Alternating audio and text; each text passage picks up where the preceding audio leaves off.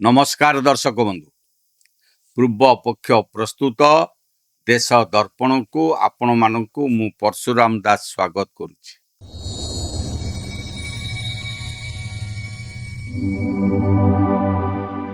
दर्शक बंधु भारतीय गणतंत्र रे निर्वाचनी स्लोगान केवल किछि शब्दर समाहार नुहे बरं यह जनमानस को आंदोलित करिवार सबुठारु बड़ माध्यम।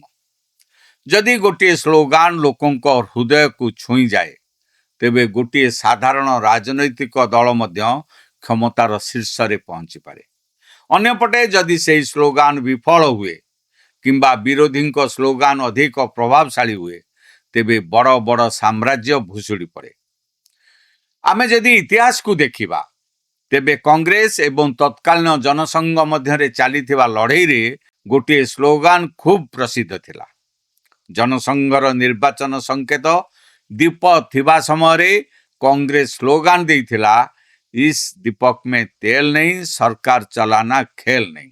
सेहीपरि पछुआ वर्गर अधिकार पई डॉक्टर राम मनोहर लोहिया स्लोगान थिला, पिछड़े पाओ सो में सांठ, संसोपा ने बांधी गांठ। यही स्लोगान परवर्ती समय मंडल कमिशन सुपारिश लागू हेबा सह पछुआ वर्ग को क्षमतार शीर्ष रे पहुंचाइबारे एक बड़ भूमिका ग्रहण करिथिला। 1971 मसीह इंदिरा गांधी द्वारा दिया जाइथिबा स्लोगान गरीबी हटाओ एवं विरोधी इंदिरा हटाओ स्लोगान रो काउंटर भावे इंदिरा गांधी कहिथिले, मु कहूची गरीबी हटाओ, से माने कहउचंदी इंदिरा हटाओ।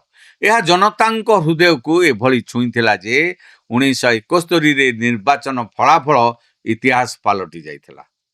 पुणी 1980 रे जेतेबेले इंदिरा गांधी प्रत्यावर्तन कले सेतेबेले स्लोगान थिला, जात पर ना पात पर, इंदिरा जी की बात पर, मोहर लगेगी हाथ पर। या परे 1988 रे विश्वनाथ प्रताप सिंह जेतेबेले कांग्रेस छाड़ी जनता दल गठन कले, जनता निजे एक स्लोगान तैयारी करिथिले, राजा नहीं फकीर है, देश की तकदीर है। एई ऐतिहासिक उदाहरण गुड़िक प्रमाण करे जे राजनीति रे सफल स्लोगान नैरेटिव बा आख्यान तैयारी करिथाय।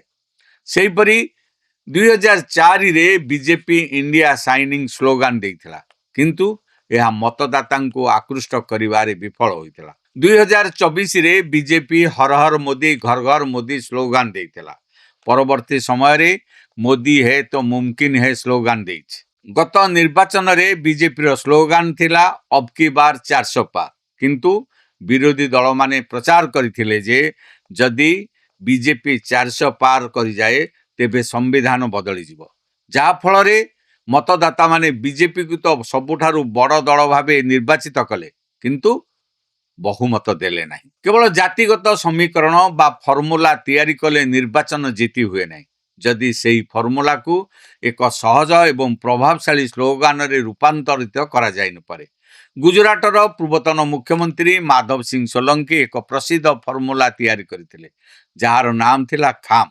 खाम रो अर्थ हैला क्षत्रिय, हरिजन, दलित, आदिवासी एवं मुस्लिम। एही फॉर्मूला गणित हिसाब रे ठीक थिला, किंतु याक नहीं कौनसी जनप्रिय स्लोगान गढ़ा जाई पारिला नहीं। फलस्वरूप कांग्रेस धीरे धीरे गुजरात संपूर्ण भाव निश्चिन्न हो जाइछि। ठीक सेहीपरि चौधरी चरण सिंह दुईटी फॉर्मूला तैयारी करथिले। प्रथम थिला अजगर, तार अर्थ हैला अहिर, जाट, गुजर एवं राजपूत, एवं परे मुसलमान को जोड़ी मजगर हैला, किंतु यार चारि पाखरे कौनसी आकर्षणीय स्लोगान नथिबारु यह जनसाधारण स्तर को ओह्लाई पारिला नहीं। वर्तमान परिप्रेक्षी रे समाजवादी पार्टी मुख्य अखिलेश यादव 2024 लोकसभा निर्वाचन रु पीडीए पिछड़ा दलित अल्पसंख्यक फॉर्मूला आनिछंती, किंतु यह एक स्लोगान नुहे, केवल एक फॉर्मूला। अखिलेश निजे ई पीडीए र संज्ञा प्रति 2-3 मासरे बदलाउछंती। केतेबेले केउ अक्षर अर्थ कौन हेबो से नहीं से निजे भ्रमरे अछंती। से समस्त को एथिरे शामिल करियो चाहुछंती, किंतु यह चारि पाखरे एक सकारात्मक स्लोगान गढ़िबारे से संपूर्ण विफल होइछंती।